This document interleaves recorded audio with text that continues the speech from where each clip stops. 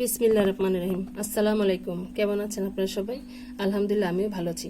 আজকে আপনাদের মাঝে আমি নিয়ে আসছি আচারি লাল শাক রেসিপি। তো আমি এখানে লাল শাকটা যেভাবে রান্না করব, এখানে আমি এক মুঠো লাল শাক নিয়ে নিয়েছি। এখানে এক মুঠো লাল শাককে ভালোভাবে ধুয়ে পরিষ্কার করে আমি এভাবে একটু কেটে নিয়েছি, দুইটা কাটা দিয়ে নিয়েছি যেন সেদ্ধতে তাড়াতাড়ি সুবিধা হয়। আর লাগবে এখানে স্বাদ মতো লবণ। আমি এই লাল শাকের সাথে একটু গুঁড়ো চিংড়ি দিব, কয়েকটি গুঁড়ো চিংড়ি এখানে নিয়ে নিয়েছি, আপনার চাইলে বড়টাও নিয়ে নিতে পারেন। আর লাগবে এখানে রসুন কুচি, পেঁয়াজ কুচি, কাঁচামরিচ, ধনিয়া পাতা, আধা চামচ পরিমাণ, আধা চামচেরও কম, 3/1 ভাগ এখানে লাল মরিচের গুঁড়ো আছে, সামান্য একটু হলুদ আছে, 3/1 ভাগ এখানে আমার ধনিয়ার গুঁড়ো আছে। আমি এখানে কোনো আদা রসুন বাটা বা জিরার গুঁড়ো ব্যবহার করব না। আর লাগবে মেন যেটা, সেটা হচ্ছে আচার। এই আমের আচারটা দিয়ে আজকে আপনাদেরকে লাল শাকটা রান্না করে দেখাবো। তাহলে চলুন আমরা রান্নায় চলে যাই। এখন আমি চুলোর কাছে চলে আসছি। আমি একটি কড়াই দিয়ে দিয়েছি। এখন যে লাল শাকগুলো আছে সেটা এর মধ্যে দিয়ে দিব। আমি ফার্স্টে এটাকে একটু হালকা সেদ্ধ করে নেব।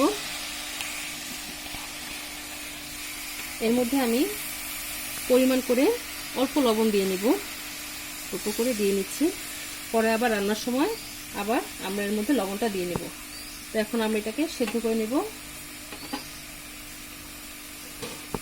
এখন আমরা এটাকে ঢেকে দেব কিছুক্ষণের জন্য। আমরা 10 মিনিট পরে ফিরে আসছি। আমরা 10 মিনিট পর ফিরে আসলাম। আমাদের দেখুন শাকটা মিশে গিয়েছে। আর কিছুক্ষণ এটাকে আমরা সিদ্ধ করে নেব।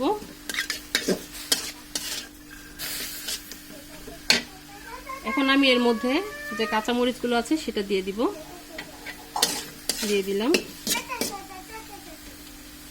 আমরা 2 মিনিট পর ফিরে আসছি। এখন 2 মিনিটের জন্য একটু ঢেকে দেব।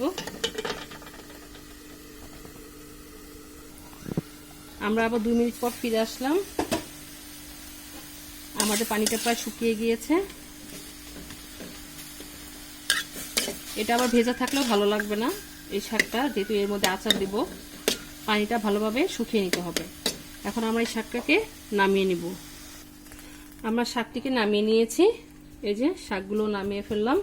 এখন অল্প করে তেল দিয়ে দিব এর মধ্যে।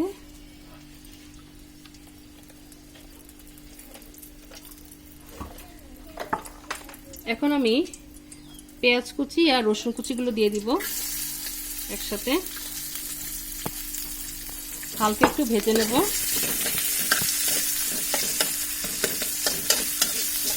বেশি লাল হওয়ার প্রয়োজন নেই, একটু নরম হয়ে আসলে সামান্য একটু পানি দিয়ে কষিয়ে তারপর চিংড়িগুলো আমরা এর মধ্যে দিয়ে দিব। আমাদের পেঁয়াজটা প্রায় ভাজা হয়ে আসতেছে। এখন আমরা যে গুঁড়ো চিংড়িগুলো আছে সেটা এর মধ্যে দিয়ে দিচ্ছি। হালকা একটু ভেজে নেব চিংড়িটাকে।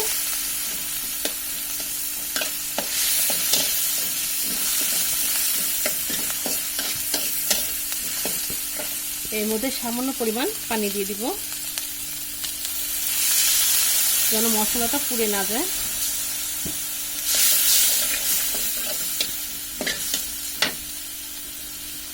এখন যে আমাদের ধনিয়ার গুঁড়ো, হলুদ গুঁড়ো, মরিচের গুঁড়ো, ধনিয়া পাতা সেগুলো একসাথে এর মধ্যে দিয়ে দিচ্ছি, দিয়ে দিলাম। সামান্য অল্প করে লবণ দিয়ে দিব। আমরা সেদ্ধর সময় দিয়েছিলাম, এখন এর মধ্যে আর অল্প করে দিয়ে দিচ্ছি। আপনারা শাকের পরিমাণ বুঝে লবণটা দিবেন, যেহেতু শাক এমনিতেই মিশে যায়, অল্প হয়ে যায়। এটাকে একটু কষিয়ে নেব। কষিয়ে তারপর আমরা এর মধ্যে শাকটা দিয়ে দিব।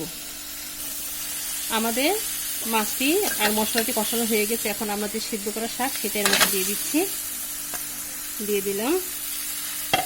এখন এটাকে ভালোভাবে একটু নেড়ে চেড়ে দেব। এখন এর মধ্যে যে মেন যেটা রয়ে গিয়েছে সেটা হচ্ছে আচার। আমার এই আচারের রেসিপিটা আমার ভিডিওতে দেওয়া আছে, চাইলে আপনারা সেটা দেখে নিতে পারেন। এটা হচ্ছে আমের আচার। এই আমের আচারটা আমি এখানে এরকম 1 চামচ পরিমাণ দিয়ে দিচ্ছি। আমরা তো স্বভাবে শাকটা খাই, এইভাবে রান্না করে দেখবেন, তো টেস্টটা অনেক ভালো লাগে।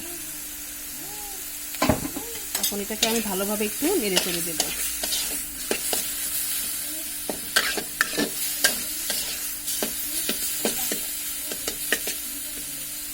আমাদের শাকটা প্রায় হয়ে আসছে। আচার দেওয়ার পরে আপনারা বেশিক্ষণ রাখার প্রয়োজন নেই, এই 2 থেকে 3 মিনিট একটু হাইতে ভালোভাবে একটু নেড়ে চেড়ে তারপর নামিয়ে ফেললে হবে।